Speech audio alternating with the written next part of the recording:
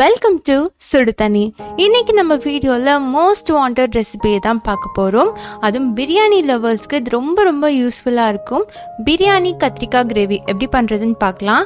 இதை நீங்கள் குஸ்கா, பிரியாணி, புலாவ் இந்த மாதிரி எது கூட வேணாலும் சாப்பிட்லாம். எல்லாத்துக்குமே ஒரு அட்டகாசமான காம்பினேஷனாக இருக்கும். இதோட இன்க்ரீடியன்ஸை நான் டிஸ்கிரிப்ஷன் பாக்ஸில் கொடுக்குறேன். இப்போ வாங்க சேர்ந்து சமைக்கலாம். இதுக்கு முதல்ல 1 டேபிள் ஸ்பூன் வெள்ளை எள்ளு சேர்த்துக்கலாம். இதை ட்ரையாக ரோஸ்ட் பண்ணிக்கோங்க. ஒரு 2 நிமிஷம் இதை ரோஸ்ட் பண்ணதுக்கப்புறமா இதை எடுத்து தனியாக வச்சிடலாம். அடுத்து இதே கடாயில் 2 டேபிள் ஸ்பூன் கடலை சேர்த்துக்கலாம். தோலை எடுத்ததும் சேர்க்கலாம், இல்லை அப்படியே கூட சேர்க்கலாம். இதையும் லைட்டாக ரோஸ்ட் பண்ணிக்கலாம். ஒரு 2 நிமிஷம் ரோஸ்ட் பண்ணிட்டு இதையும் எடுத்து தனியாக வச்சுருங்க. இப்போ இது ரெண்டுத்தையும் சேர்த்து ஒன்றா அரைச்சிட போகிறோம். கொஞ்சமாக தண்ணி ஊற்றி நல்லா பேஸ்ட்டாக அரைச்சிக்கோங்க. இது இருக்கட்டும். அடுத்து இதிலையே 2 டேபிள் ஸ்பூன் எண்ணெய் சேர்த்துக்கோங்க.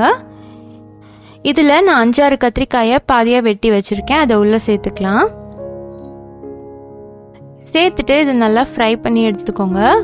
தோல்லாம் நல்லா சுருங்குற அளவுக்கு இதை நீங்கள் ஃப்ரை பண்ணிக்கணும். அடுப்பை ரொம்ப ஹையில் வைக்க வேணாம், சிம்லேயே வச்சு கொஞ்சம் நேரம் ஃப்ரை பண்ணிக்கோங்க. இப்போ பார்த்தீங்கன்னா தோல்லாம் நல்லா சுருங்கி வந்திருக்கு. இது நல்லா சாஃப்ட் ஆயிடுச்சு. இப்போ இதை எடுத்து தனியாக வச்சிடலாம். அடுத்து இதே எண்ணெயில் 1 டீஸ்பூன் மிளகு சேர்த்துக்கலாம். இது கூட 1/2 டீஸ்பூன் கடுகு, 1/2 டீஸ்பூன் உளுத்தம் பருப்பு, 1/2 டீஸ்பூன் வெந்தயம் சேர்த்துக்கோங்க. லைட்டாக பொரிஞ்சதும் ஒரு கொத்து கருவேப்பிலை சேர்த்துக்கலாம். இதோட ஒரு 5-6 பல் பூண்டு சேர்த்துக்கோங்க. இதை லைட்டாக வதக்கிடலாம். வதங்கினதுக்கு அப்புறமா இதில் 2 பெரிய வெங்காயத்தை இந்த மாதிரி நீளமாக நறுக்கி வச்சுருக்கேன். அதையும் உள்ளே சேர்த்துக்கோங்க. முடிஞ்ச அளவுக்கு தின்னாக கட் பண்ணிக்கோங்க. அப்போ சீக்கிரமாக உங்களுக்கு அந்த தொக்கு கன்சிஸ்டன்சி வந்துடும். வெங்காயம் கொஞ்சம் வதங்கினதுக்கு அப்புறமா இதில் 1 டீஸ்பூன் இஞ்சி பூண்டு விழுது சேர்த்துக்கோங்க. இதை பச்சை வாசனை போகிற அளவுக்கு நல்லா வதக்கிடலாம். இப்போ பார்த்தீங்கன்னா லைட்டாக கலர் மாதிரி வந்திருக்கு. இப்போ நம்ம மசாலா சேர்த்துடலாம். 1/2 டீஸ்பூன் உப்பு, 1/4 டீஸ்பூன் மஞ்சள் தூள், 1 டீஸ்பூன் மிளகாய் தூள், 1 டீஸ்பூன் மல்லித்தூள். இது எல்லாத்தையும் சேர்த்துட்டு நல்லா மிக்ஸ் பண்ணிக்கோங்க. எல்லாம் ஒன்றா நல்லா மிக்ஸ் ஆனதுக்கப்புறமா இதில் நம்ம தக்காளி சேர்த்துடலாம்.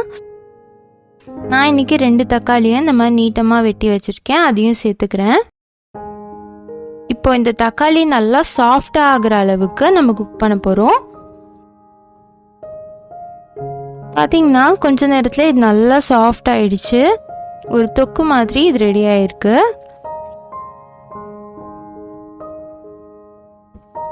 இந்த ஸ்டேஜில் நம்ம வதக்கி வச்சிருக்க கத்திரிக்காயை உள்ளே சேர்த்துடலாம். இந்த கத்திரிக்காய் இந்த தொக்கோட நல்லா மிக்ஸ் ஆகி நல்லா குக் ஆகணும். நல்லா மிக்ஸ் பண்ணதுக்கப்புறமா கொஞ்சமாக தண்ணி சேர்த்துக்கோங்க.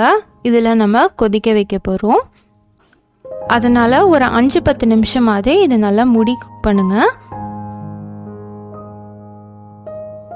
இப்போ பார்த்தீங்கன்னா ஒரு 8 நிமிஷம் ஆயிருக்கு. கத்திரிக்காய் நல்லா சாஃப்டாக குக் ஆயிடுச்சு. அமுத்தி பார்த்தீங்கன்னா தெரியும், நல்லா சாஃப்டாக இருக்கணும்.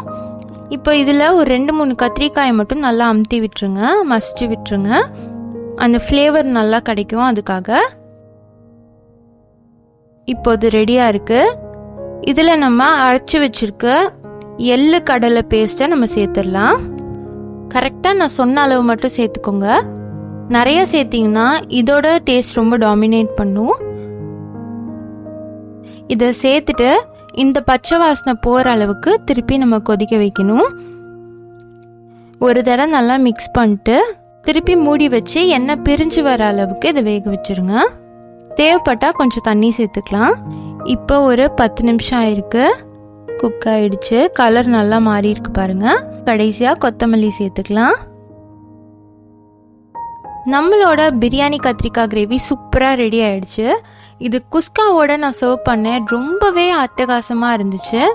வெறுமனை சாப்பிட்றதுக்கு இதை சேர்த்து சாப்பிட்டிங்கன்னா இது ஒரு ட்ரீட்டாகவே இருக்கும். கண்டிப்பாக மிஸ் பண்ணாமல் ட்ரை பண்ணி பாருங்கள். நான் சொன்ன அளவிலே ட்ரை பண்ணி பாருங்கள். கண்டிப்பாக உங்களுக்கு ரொம்ப ரொம்ப பிடிக்கும். இந்த வீடியோ உங்களுக்கு பிடிச்சிருந்தா லைக் பண்ணுங்கள். சுடு தண்ணி சேனலை சப்ஸ்கிரைப் பண்ணுங்கள். தேங்க்யூ.